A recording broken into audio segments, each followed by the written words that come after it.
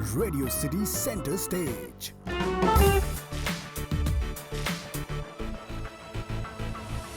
Sir, welcome to Radio City Center Stage. Thanks, Yuvi. Thanks for having me over. Sir, lockdown on end of पिछले 1-1.5 महीने से तो on end of रहा है, पर पहले 2-2.5 महीने स्पेसिफिकली था। ये 4 महीने आपके लिए पर्सनली कैसे निकले हैं? इफ आई वांट कि अगर आप इसको 10 में से रेट करो पिछले 4 महीने।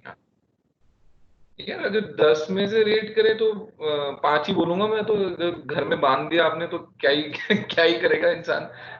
तो यू नो हर बंदा थोड़ा पॉजिटिव पिक्चर पेंट करना चाहता है, पर मेरे को तो यही लग रहा है कि मतलब सब दुनिया रुक गई है एक तरीके से, या थम गई है, जो कि अच्छा नहीं है। दुनिया का तो दस्तूर ही है कि चलनी चाहिए।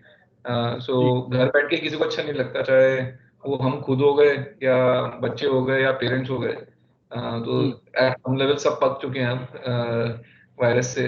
तो हमारे घर में तो जोक ये है कि अब वायरस कराल के पॉजिटिव होके नेगेटिव हो जाओ, फिर बिना मास्क के घूमो। तो मेरा फर्स्ट जो रिएक्शन था भारत पे, जो मुझे समझ आता है विद द प्रोडक्ट आल्सो जो है आपका, वो भारत PAY पे हो सकता था, बहुत इजी था वो वर्ड। सो व्हाई भारत पे PE वाला?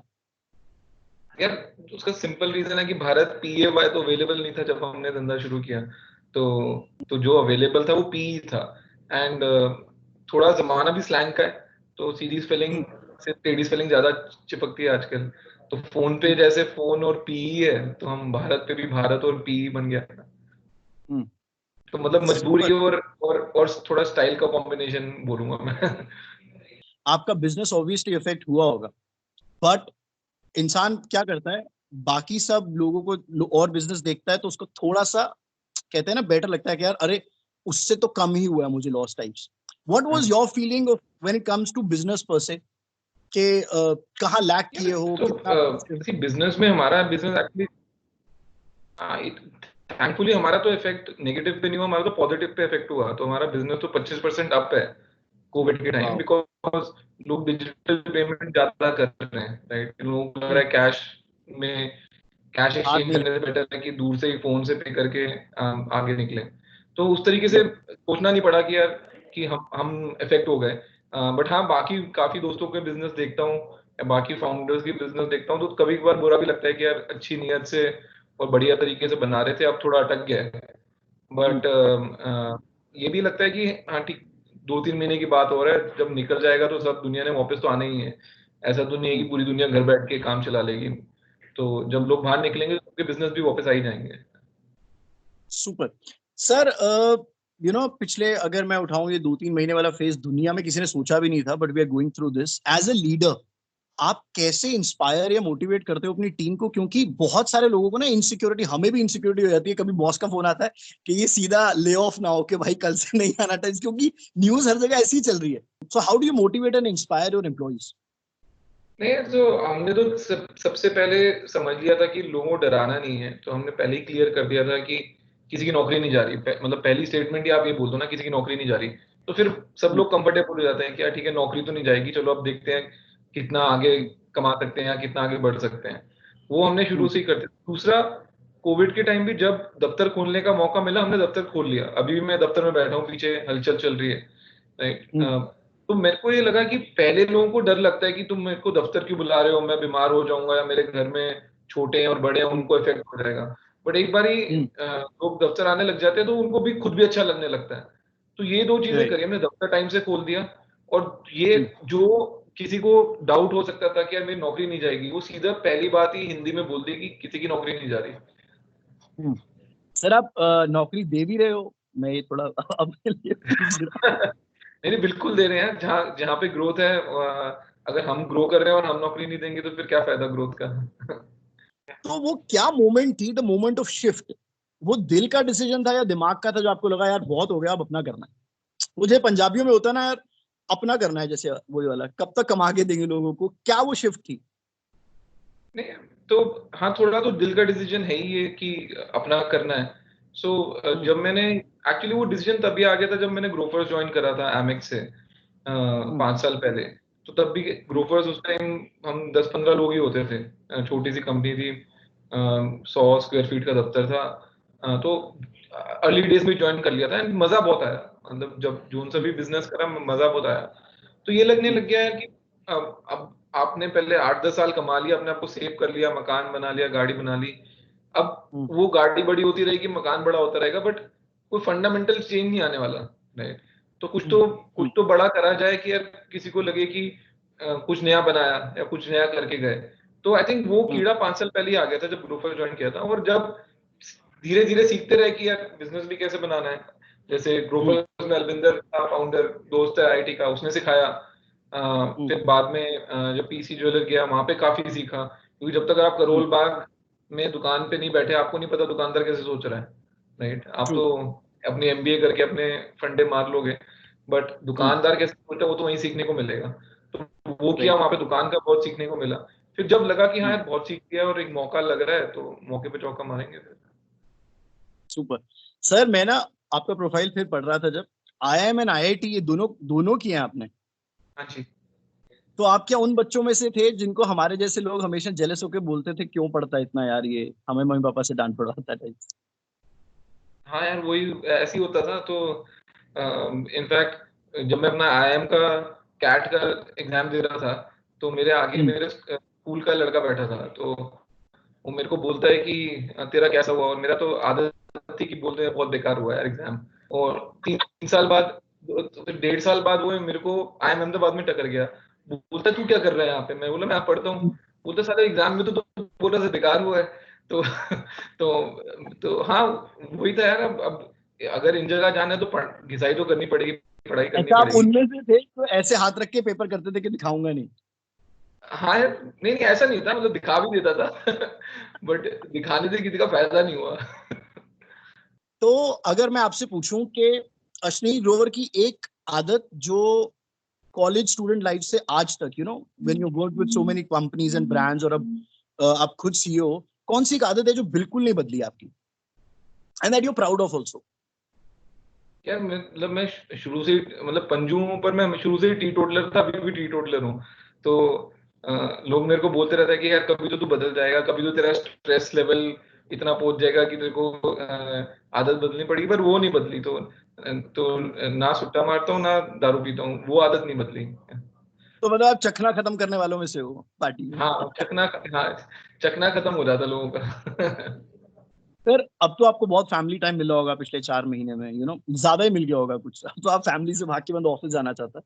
बट जब एक सीईओ की बात करें और जब आप एक स्टार्टअप शुरू करते हो, बहुत एनर्जी और एक्स्ट्रा टाइम लेता है, एज एन एम्प्लॉय से अगर मैं कंपेयर करूं जो आपकी लाइफ पहले रही होगी, when you start up with new thing it takes a lot of time and energy.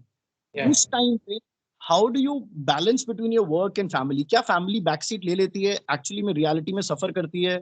How is it? नहीं, मेरे को एक अच्छी आदत है कि मैं कभी भी, जब मैं नौकरी भी कर रहा था, मैं घर जाके डिस्कस ही नहीं करता काम का, राइट? एंड अभी भी वही फॉलो करता हूँ कि जितनी मीटिंग्स करनी है, जो करनी है दफ्तर में करा लो, एक बार घर पहुंच गया फिर मैं नहीं करूंगा बात। आई थिंक वो फादर से थोड़ा आगे है आदत।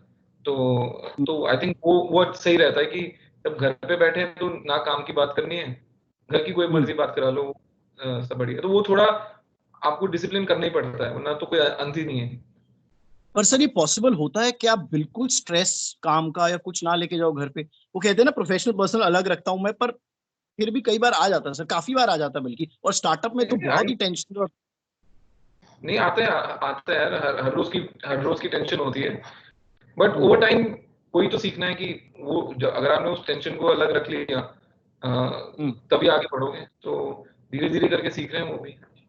Now you being in the role of a boss, आपको क्या लगता है that with the bosses that you worked with, under the bosses you worked with versus now you, जो इस कल्चर को, नए कल्चर को समझते हैं, what are the bosses उस टाइम के और अब जैसे आप बॉस हो, what is the difference between the bosses? यार तो ये आपकी बात सही है, बॉस किसी को पसंद नहीं आता, बिकॉज सबको लगता है कि मेरे से ज्यादा तनख्वाह लेता है और मेरे से कम काम करता है, right? तो फिर वो क्यों पसंद आएगा तो तो वो डेफिनेशन ही बॉस की वो है। बट पहले क्या था कि हमारे बॉस भी बड़े खतरनाक होते थे यार। रात को 3 बजे उठा के फोन उठा के सीधा बोलते थे एक्सेल की शीट में क्या हो रहा है, एंड समझ ही नहीं आ रहा था कौन सी शीट की बात कर रहे हैं भाई, मतलब 3 बज रहे हैं रात को। तो हमने ऐसे बॉसेस भी झेले हैं। आजकल थोड़ा कल्चर डिफरेंट है, आई थिंक अभी थोड़ा ऑटोनॉमी ज्यादा देना पड़ता है। हम थोड़ा, मेरा स्टाइल जो वर्किंग है वो एम्प्लॉयज को ज्यादा खुली छूट देने का है कि तुम करो, अगर कुछ फटेगा तो हम खड़े हैं, हम संभाल लेंगे। सो वो थोड़ा प्रैक्टिस करने की कोशिश कर रहे हैं। हाँ, बट हर बॉस की तरह हम भी कई बार माइक्रो मैनेजमेंट में घुस जाते हैं और तब हमारे एम्प्लॉयज भी देते हैं। What is that quotation? अगर आपसे कोई पूछे, that is in your head. You know, there's one or two people जिनकी quotations हमारे mind में रहती हैं, to motivate, to inspire. You know. या मेरे को तो एक ही कोटेशन दिमाग में रहती है कि market never page for your inefficiency और एक्स्ट्रावेगेंस, राइट?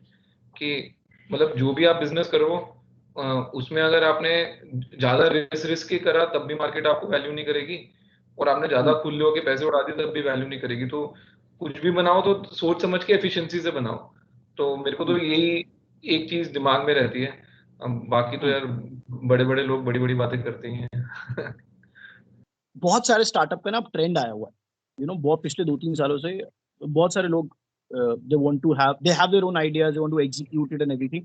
और उसके बाद अब ये कोरोना की वजह से मार्केट बिल्कुल ही हिल गई। What is your advice to all of them? मेरे को मैं लोगों को एक एडवाइस देता हूँ कि एक तो कॉलेज के बाद सीधा स्टार्टअप करने को पे कूदने पे मत आओ, ठीक है? क्योंकि एक वो लगता है कूल फैक्टर कि अरे मैं फाउंडर हूँ, तुम तो एसोसिएट की नौकरी शुरू कर रहा है और देख मैं फाउंडर बन गया, और हम दोनों एक ही कॉलेज में थे, तो कूल लगता है। और कहीं अगर खुदा खास्ता आपको किसी ने पैसे भी दे दिए तो मतलब और भी कूल लगता है यार कि देख 21 साल 22 साल का लड़का है और 25-30 करोड़ रुपए उठा लिए इसने। तो बहुत सारे लोग ना उस चीज से अट्रैक्ट हो रहे हैं आजकल। बट जो सच्चाई है स्टार्टअप की वो काफी डिफरेंट है। वो जितना ग्लैमर न्यूज़पेपर में या मीडिया में दिखता है उससे 1% भी नहीं है, इनफैक्ट काफी पेन है। सो काम वही करो जिसमें तुमको 100% कॉन्फिडेंस हो कि यार सही काम है और मैं इस पे लग के करूंगा। सिर्फ फाउंडर बनने के लिए एंटरप्रेन्योरशिप नहीं करनी, राइट? वो फीता है, वो कुछ नहीं फर्क पड़ता है, आज तुम फाउंडर हो कल कुछ और हो गए।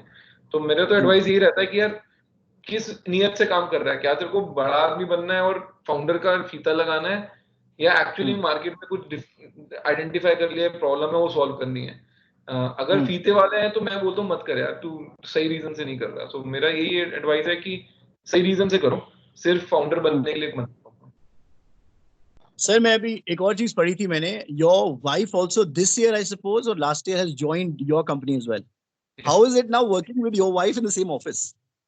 Very tough, yeah, very tough. So she in fact joined the company even before I formally joined the company. So उसको 2 साल हो गए, ऐसा नहीं है कि recently join किया। So काफी tough है। I think with my wife what we are, जो हमने ऑफिस में मेंटेन कर रखा है एकदम प्रोफेशनल वो है। मैं दिन में सुबह जब इकट्ठे आते हैं गाड़ी में और शाम को इकट्ठे जाते हैं, उसके बीच में काम के सिवाय कोई बात नहीं होती। मैं अपने केबिन में बैठता हूँ, मेरी वाइफ बाहर बाकी एम्प्लॉयज के साथ बैठती है, एंड घर जाके भी काम की बात नहीं करते। तो हमारा that is how we are maintaining it. But कई बार टफ हो जाता है, राइट? लाइक ऑफिस में तो आपने गुस्सा दिखा दिया और बोल दिया कि ये गलत था, बट घर जाके पता लगता है किसकी गलती थी। सर मतलब मैं तो बहुत चौड़ में पूछ रहा हूँ, पर क्या अश्नीर ग्रोवर जी अगले 2-3 साल में एक आईपीएल टीम भी खरीदने की सोच रहे हैं? नहीं यार, तुम्हारे मुंह में घी शक्कर, अगर आईपीएल टीम खरीदने की औकात होगी तो हमको भी लगेगा लाइफ में कुछ कर लिया। मैंने पंजाबी टू पंजाबी पूछ लिया, मैंने कहा इतनी बड़ी बातें हो रही है एक और पूछ ही लेता हूँ मैं। तो मैंने ऐसे पूछ लिया। अगर खरीद ली तो तेरे वीआईपी पास पक्के हैं। Thank you so much sir. Sir बहुत बढ़िया लगा बात करके। Thank you so much sir. Thanks you भी।